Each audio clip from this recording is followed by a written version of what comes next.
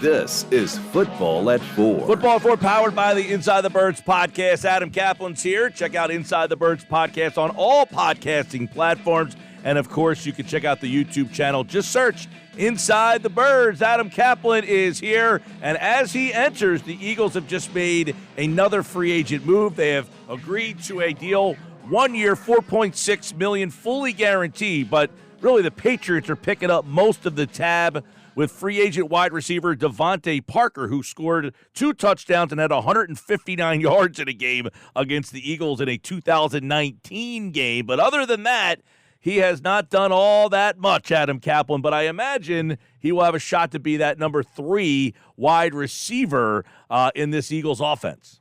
All right, this is an easy call. This won't take long. Devonta Parker but this is interesting. Devonta Parker was actually on the Patriots roster last night.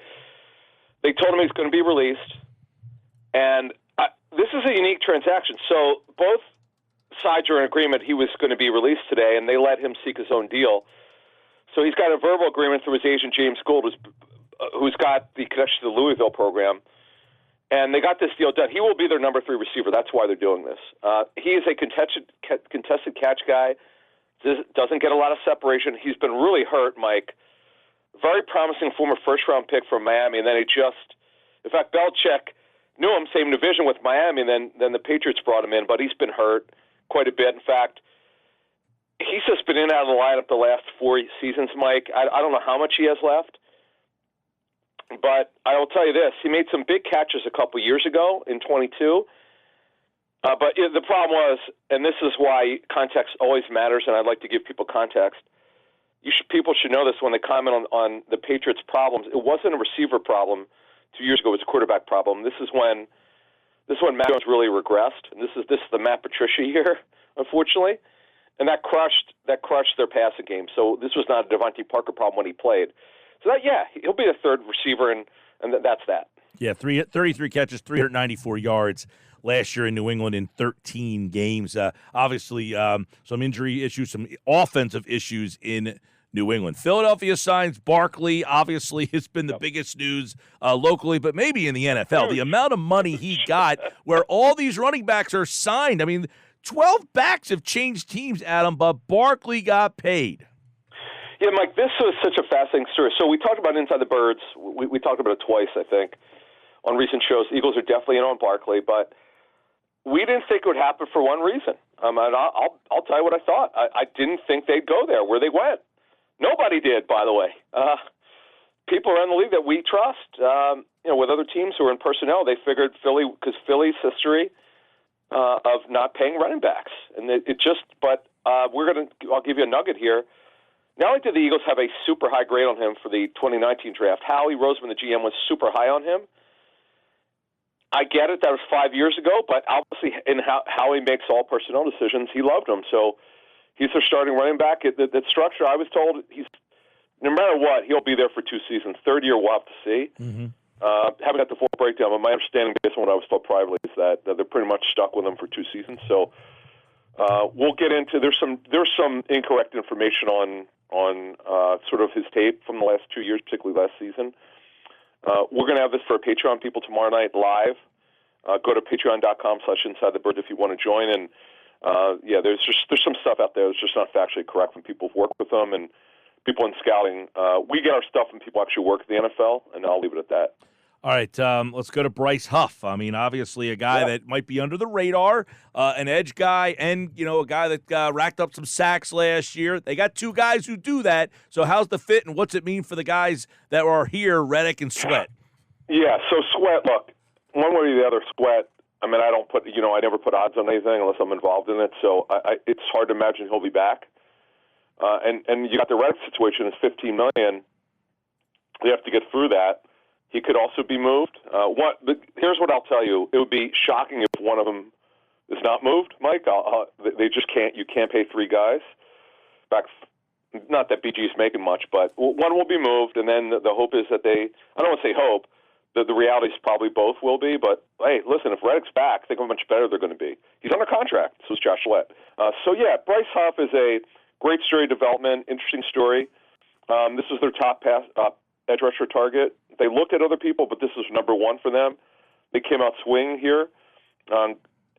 sure he's an undrafted free agent. What we were told is, and why we said on our show that started on our show over the weekend, was that Vic Fangio wants length with their edge rushers, and he got length here. He's over 6'3". He's over 250, depending on who's weighing him, and he just fits what they're looking for. And defense, they're looking at safeties. Mike, let me throw that there. They're in pretty deep. With McKinney yesterday, they didn't get him. In our reporting at Inside the Birds, we also put out that they tried to get Darnell Savage. They were in there for him, but there are other safeties. There are a lot of safeties, Mike, still out there. They'll be fine, but they just didn't get their top target in McKinney. All right, they did bring back their punter, Braden Mann, after bouncing guys off the practice squad for the last couple of years. Yeah, well, what a signing. We joked he was their best free agent signing last year. I don't think that's a good thing, although he was really good. In my reporting, 2 years, a little bit over $4 million. Great story, top 10 in the most important categories. He was in top 7, so that's really good. Again, they're working on safety, and let me also explain something. I gave this to our Patreon people, and I could explain it here live as we speak. They're not currently on Josie Jewell. They looked into it, but I don't think he's in their price range. I feel like there are I'd say two teams that have a much better fit, because I know a lot of people wanted them to sign him because of Vic Fangio, but Zach Bond, by the way, they want to take a look at him, who they're bringing in, who's a physical, strong side linebacker. He'll play inside in their 34. That's what they play here with Vic Fangio. Most likely will play inside. Can play outside, but he's most likely going to play inside, unless we're told otherwise. And there you go. But, Mike, they're not done. Remember, free agency, Mike, we're only a day and a half in. Relax, people. This is not – you're not trying to win in March. Howie's really good at it. It wasn't great last year. You and I outlined this last week, but he's still working on it. And remember, free agency goes on for weeks and months, and they've had some incredible signings, Mike, in May and June. The Ronald Darby, remember the Ronald Darby acquisition, who started for them in the Super Bowl? They got to him in August. So people just relax. They got a lot of work to do, and they're on it. Yeah, that was a trade they made for Darby right before the season starts. So all that, Barkley, Huff, Mann, they brought in Hennessy as well, Devonta Parker. Hennessy, yeah. Yes, yeah. Hennessy, I guess would imagine would be a backup center and kind of like a rotational interior guy.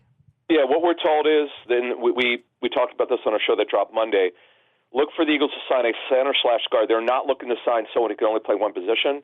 Matt Hennessy from Temple, he was a starter for 1 point earlier in his career, then he got benched. He became the top interior lineman for the Falcons. He could play both positions. He's a little bit undersized, pretty athletic.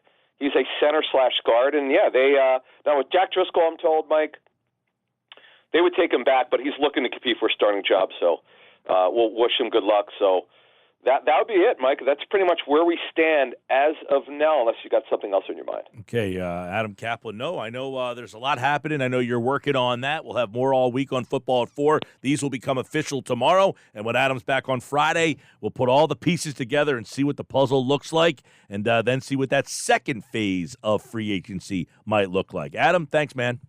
See you guys. All right, Adam Caplan, everybody. Football at 4, a little abbreviated edition as Adam is tracking down a lot of news and notes around the Eagles as they just made that signing for Devonta Parker right before he came in.